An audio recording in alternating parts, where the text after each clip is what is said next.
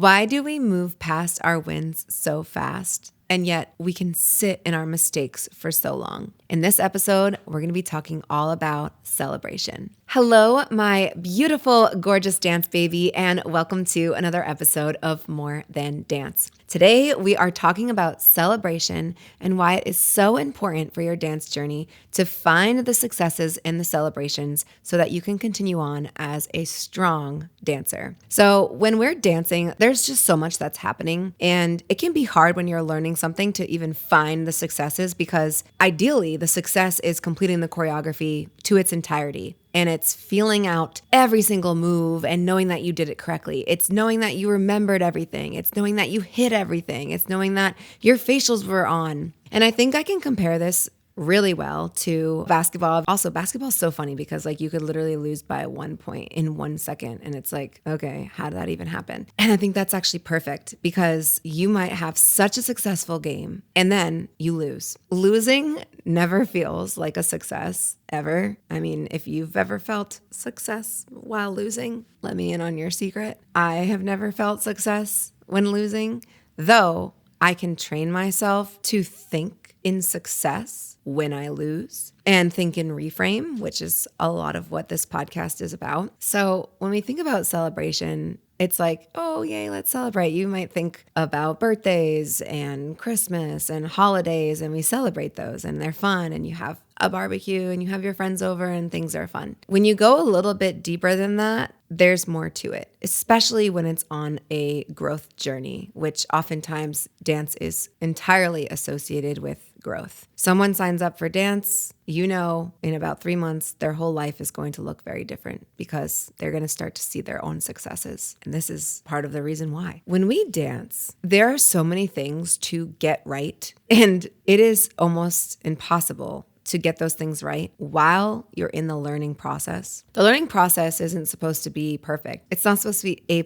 work, though it can be A+ effort. So that's where we start to celebrate. We start to celebrate our effort. We start to celebrate our focus. And we celebrate the things that we are hitting. We celebrate the things that we overcame that day. It's a lot sometimes to go and do an activity as an adult and celebrating that you went to those activities. Have you ever made a plan to go hang out with a friend and you're like you want to, but you also don't want to? You have things pulling you in other places. Maybe your body's just so tired and you go out anyway and you feel great. I know that happens for me a lot. I'm extroverted when I'm out, and other times I can be very homebody-ish, and I like to be cozy, and sometimes it takes some revving up to get out. And when I'm out though, you'd think that that's where I was meant to be. The success sometimes is realizing, I'm so glad we didn't blow that off. I'm so glad that we went. I'm so glad that we were able to bond with whoever we were bonding with and create memories and have moments. So at the studio, there's a big celebration that we do. So at the end of each class, I ask my students for their success. And I actually love hearing their successes, especially when they're real. Sometimes they'll say, oh, I came to class and I pushed through. And I love to ask them to just dig a little deeper and know what that even means. Was it that you were pushing through injury? Was it that you were reframing your mind over this block that you were having with a memory? And to really understand more awareness about themselves while they're in the dance room, because the more that we know ourselves, the more that we are aware of ourselves, the more that we grow, and the more that we know what is going to help us improve. We know more about ourselves, so we know what better questions that we can ask. Another way that we celebrate at the studio is with strutversaries. And what that is an anniversary of your commitment to dance. So when someone's celebrating their strutversary, that means that they've been coming to the studio for however many years that we're celebrating. So if it's your first strutversary, you're celebrating your first year of doing strut consistently.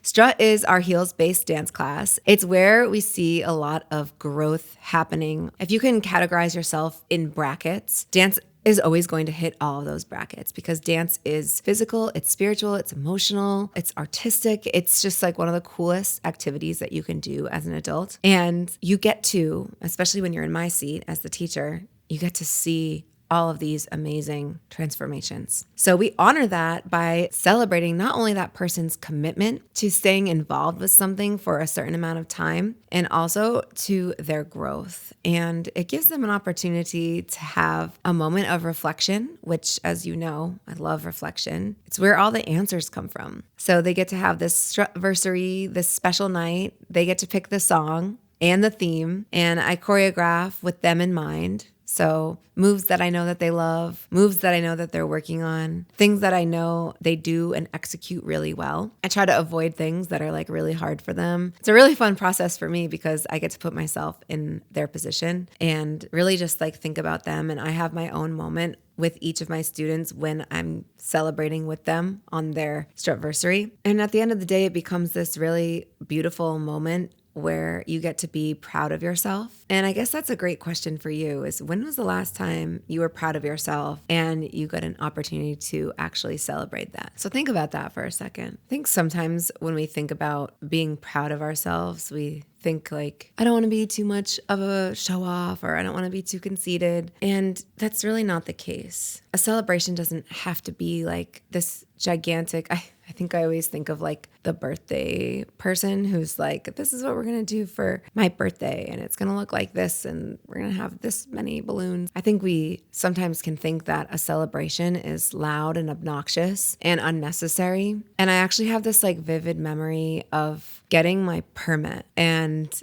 I was in line at the DMV. It was my actual birthday, and we were second in line. And there was this woman in front of me. We were making conversation in the line, and she was like, oh, I'm getting my blank blank. And she was like telling us what she was doing. And I was like, I'm getting my permit. And she was like, oh, and I was like, yeah, today's my birthday. And she was like, oh my gosh, it's your birthday. What are you going to do to celebrate? And she was so excited. She was even more excited than I was. And it was when I had this realization, I don't actually know what happened, but my mom was like, oh yeah, it comes around every year or whatever. And we kind of like brushed it off as like, this is just a thing. And she was like, no, she was like, you have to celebrate your birthday and you have to do it big and you deserve it. And it's the only day that's dedicated to you. And that always stuck with me because yeah, why don't we celebrate ourselves? I know like as we're getting older, the birthday isn't as exciting as it is when you're a kid and you have all these milestones to make, like turning 16 and then turning 21, of course 25, so you could rent a car. Then things kind of like are like, oh gosh, another year older. And what if we looked at it differently? What if we said, yeah, another year older, another year of information, another year of dance experience, another year of gratitude, another year of new relationships, another year of laughter, and most importantly, another year of fighting whatever it is that you're fighting. I know a lot of my dancers, they fight perfectionism. We have so many things that people go through at the studio and they come out on the other end and they're still dancing. And I think that always deserves a big celebration. It's so nice to be able to notice your effort in a way that is marked. So I think like a yearly marker is really great. I like to do quarterly markers where I'm like checking in with my progress each quarter. This does go hand in hand with reflection because every time that I do write something down and then months later or 6 months later or a year later, I get to reread it and I get to say, oh, I did that. I'm getting a chance to acknowledge things that I put out into the universe that are either A, being worked on, or B, already been worked on and are coming to fruition. Because at one point, having the dance studio was an idea on paper. And now it is an actual building where people attend and dance every day. It can sometimes feel easy to skip these celebrations or these moments of success and honoring because they're not perfect. Or sometimes we get into that mindset of like, oh, it could be better. It's not good enough. It wasn't exactly how I pictured it. Or sometimes we just know that the goal that we write on paper is going to happen, that we just expect for it to happen. And we brush over the celebration because it's like, yeah, that should happen. But remember what we say about the word should, episode 48. And then we've talked about like once you set your goal and you reach your goal, you're already on to your next goal. So it's like you're there. I can't wait to get there is you're already there. it was a prior there, episode 18. I love that concept because it's so funny. It's like, oh, when I get there, and then when you're there, it's like, okay, you're already on your next there. And it's almost like you're just immediately moving on to something without the acknowledgement that you did it, you made it. Dancers can get caught in this pattern a lot too, because we end up correcting everything. So everything that we do 100%, we're also 100% trying to do it better. So imagine everything you do and just taking it all apart and saying, how could I make that better? How could I make that more connected? How could I make that smoother? How could I make that feel more emotionally aligned with the song and the story? There's always an improvement for a dancer to make, which means that it could be skewed as there's always something wrong. And that's not the truth. The truth isn't that it's wrong, so we're making it better. It's that it's great and let's make it better. But it's a fine line. I think when you become an older dancer, you have the framework in your mind to actually think about it like that, in terms of, I know like when you're a kid or even when you are young-minded, you can just be like scanning for everything that is wrong, or even the things that could be better, you're looking at them as if they weren't it ever or weren't even close. So we avoid the celebration because it doesn't feel done and it doesn't feel like we did it yet. And I think the biggest lesson in this is that when you avoid the celebration, you're not letting yourself be enough. You might even notice that your motivation will drop. Motivation drops naturally, but if you're not giving yourself any rewards for all of your hard work, what's the motivation? Why do you keep doing it then? And this is where that door opens and the burnout kicks in, and we know about burnout. We actually have 2 episodes on burnout, episode 61 and 64, if you want to go in on those. Oh, and 31, 61, 64.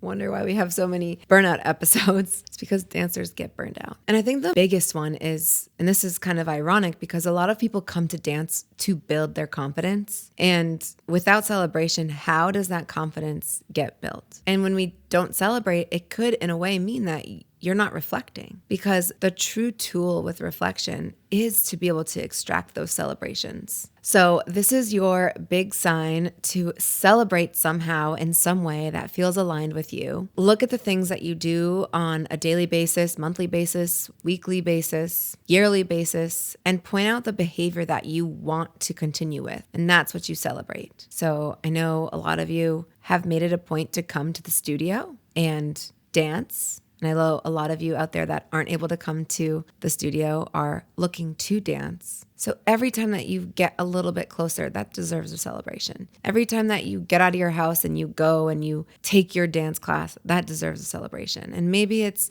that you make a little game for yourself. Like, oh, like I want to do 10 classes in 1 month. We also want to always be mindful that our bodies, our brains are naturally making associations. So if you are making dance a place of no celebration and only like, I'm doing this wrong, so I'm going to improve it, I didn't hit this, then your association with dance is actually going to become negative versus positive, which is ironic because dance is the most positive thing that you can put into your life when done correctly. And this is exactly what that means. If you're doing it incorrectly, that means something's got to change. Something has got to shift. Those shifts happen with celebration. You become too hard on yourself, so you're not celebrating anything. You're taking it too seriously, so there's no celebration there. There's something powerful in what's easily repeated. Think about how easy it is to like get up and brush your teeth. I hope it's easy for you. We want to continue to make dance this happy association. Dance is one of those things that gets to strengthen your identity, and it can help you feel more poised for everything else in your life, ready for everything else in your life, and also like accomplished. Dance is a great place to find accomplishment in a day that was like not a really good day.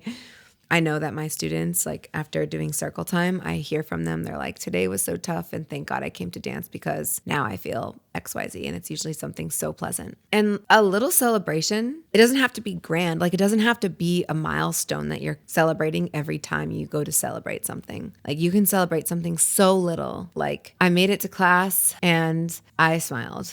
It could be I made it to class and I got to wear this shirt that I've been holding on to in my closet. That's a celebration. Something shifts when that happens too, because it's like when you start looking for positive things, you start to end up seeing more positive things. It's the same with gratitude. When you start to look for gratitude and practice gratitude, you're grateful for more things, and everything changes, really. So it's the same with celebration. So once you start celebrating things, you'll notice more things to celebrate. And celebrations are fun. So you're going to be having more fun. And then your brain is like hungry for it. It gets in that repetitive energy of like the good repetitive. It's like, oh, let's do it again. Let's do something else to celebrate. Oh, she's celebrating now. Oh, yay. Not quitting can be like a big celebration. Like I know sometimes my students will be like, man, I really wanted to just give up on this routine and leave. And they never really do. I rarely have someone leave in the middle of class when something's too hard. They figure it out. They pull themselves together. They hone in on one task, which is always so good to do. Talked about that in episode 81, how picking one thing can be so helpful in a moment like that.